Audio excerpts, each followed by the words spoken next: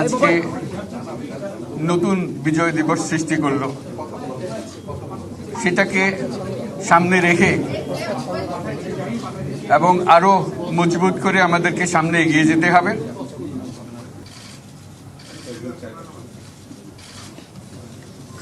বন্দুকের সামনে দাঁড়িয়ে আছে এবং তারপরে থেকে কোনো যুবক কোনো যুবতী আর হার মানে নাই, সামনে এগিয়ে আছে এবং বলছি যত গুলি মারো মারতে পারো, আমরা আছি।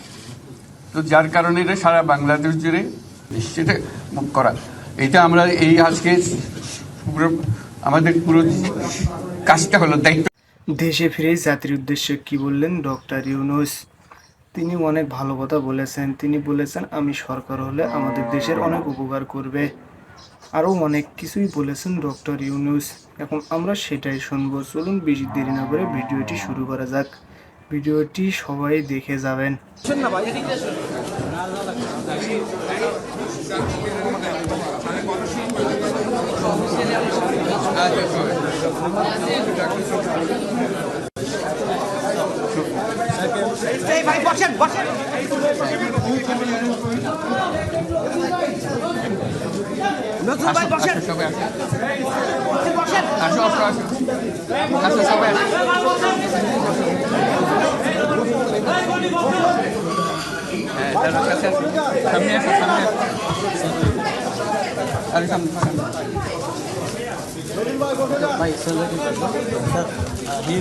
He's still injured.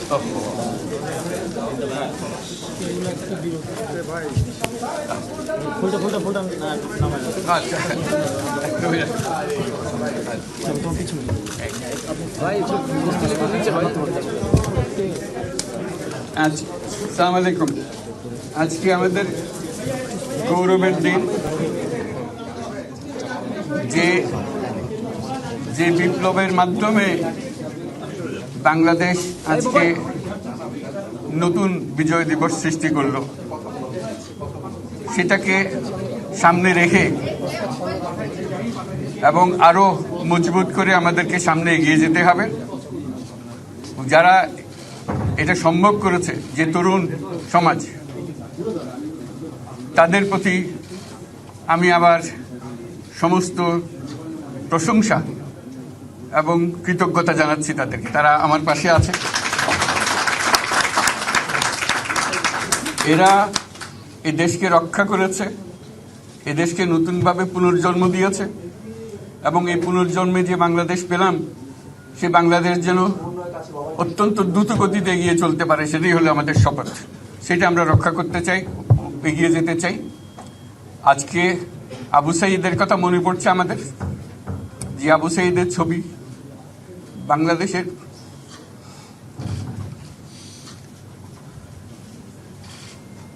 প্রতিটি মানুষের মনে গেঁথে আছে।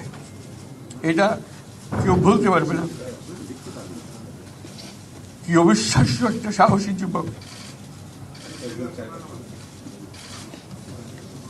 বন্দুকের সামনে দাঁড়িয়ে আছে এবং তারপরে থেকে কোনো যুবক কোনো যুবতী আর হার মানে নাই, সামনে এগিয়ে আছে এবং বলছি যত গুলি মারো মারতে পারো, আমরা আছি।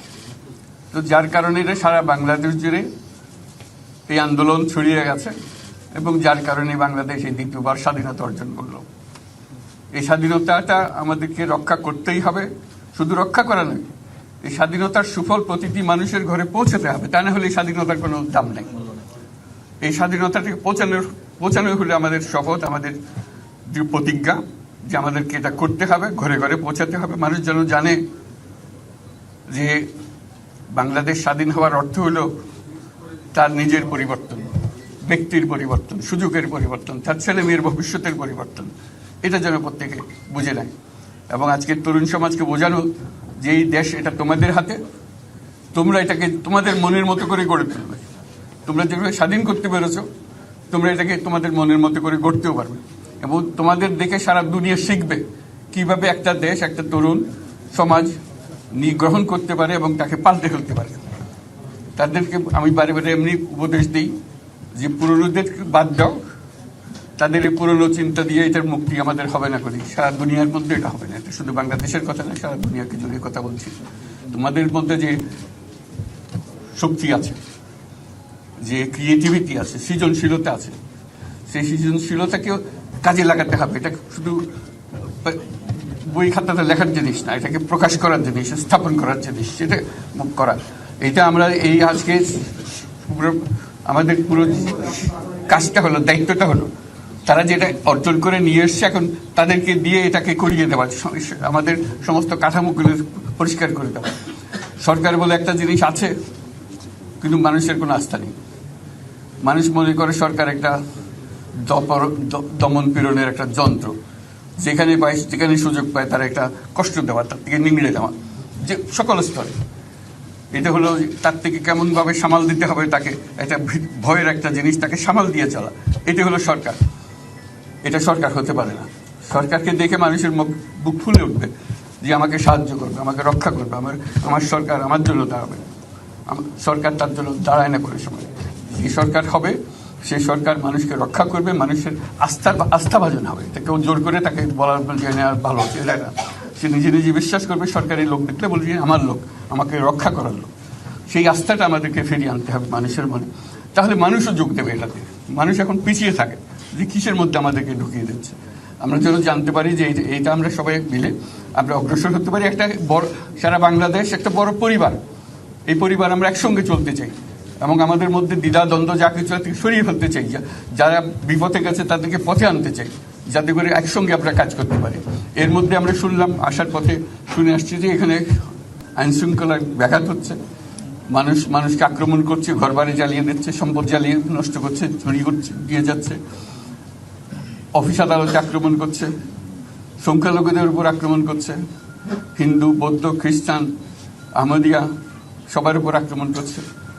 এগুলো হলো ষড়যন্ত্রের অংশ। এগুলো আমাদের বিষয় না।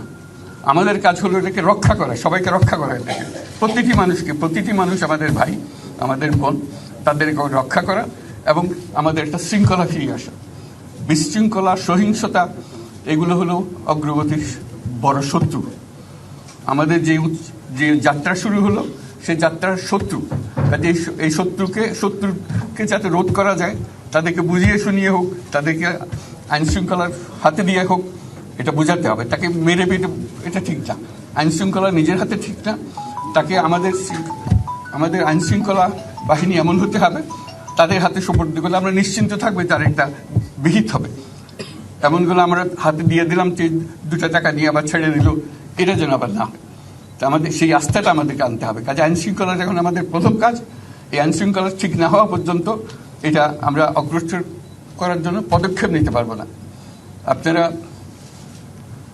আমার উপরে আস্থা রেখে আমাকে জানিয়েছেন, ছাত্ররা আমাকে আহ্বান দিয়েছে, সেটাতে আমি সাড়া দিয়েছি। দেশবাসীর কাছে আমার আবেদন, আপনারা যদি আমার উপরে বিশ্বাস রাখেন, আমার উপরে ভরসা রাখেন, তাহলে নিশ্চিত করেন যে দেশে কোনো জায়গায় কারো উপরে হামলা হবে না। এটা আমাদের প্রথম দায়িত্ব। এটা যদি আমি করতে না পারি, এটা আমার কথা যদি না শোনেন আপনারা, তাহলে আমার প্রয়োজন এখানে নাই। আমাকে বিদায় দেন, আমি আমার কাজে থাকি, সেখানে আমি ব্যস্ত থাকি। যদি আমাকে প্রয়োজন মনে করেন, তাহলে আমাকে প্রয়োজন মনে করলে আপনাদেরকে দেখাতে হবে যে আমার কথা আপনারা শোনেন। আমার কথা না শুনলে আমার কোনো প্রয়োজন নাই। আমার প্রথম কথা হলো, আপনারা বিশৃঙ্খলা থেকে দেশকে রক্ষা করেন, আপনারা সহিংসতা থেকে দেশকে রক্ষা করেন, যাতে আমরা যা আমাদের ছাত্ররা আমাদেরকে পথ দেখায়, সেই পথে আমরা এগিয়ে যেতে পারি।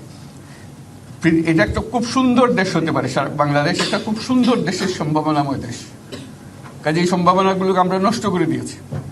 এখন আবার সেই বীজতলা আবার তৈরি করতে হবে, আবার আমাদেরকে জেগে উঠতে হবে। তারাই এই বীজতলা তৈরি করবে, তাদের হাত দিয়ে হবে এবং তাদের দিকে আমরা তাকাবো এবং আমরা তাদের নির্দেশ মতে আমরা অগ্রসর হব। এখানে সরকারি কর্মকর্তা কর্মচারী যারা আছেন, সেনাবাহিনী, বিমান বাহিনী, নৌবাহিনী প্রধানরা যারা আছেন, তাদের প্রতি অনুরোধ, আমরা একটা পরিবার, এইটার মধ্যে যেন আমাদের গোলযোগ না হয়।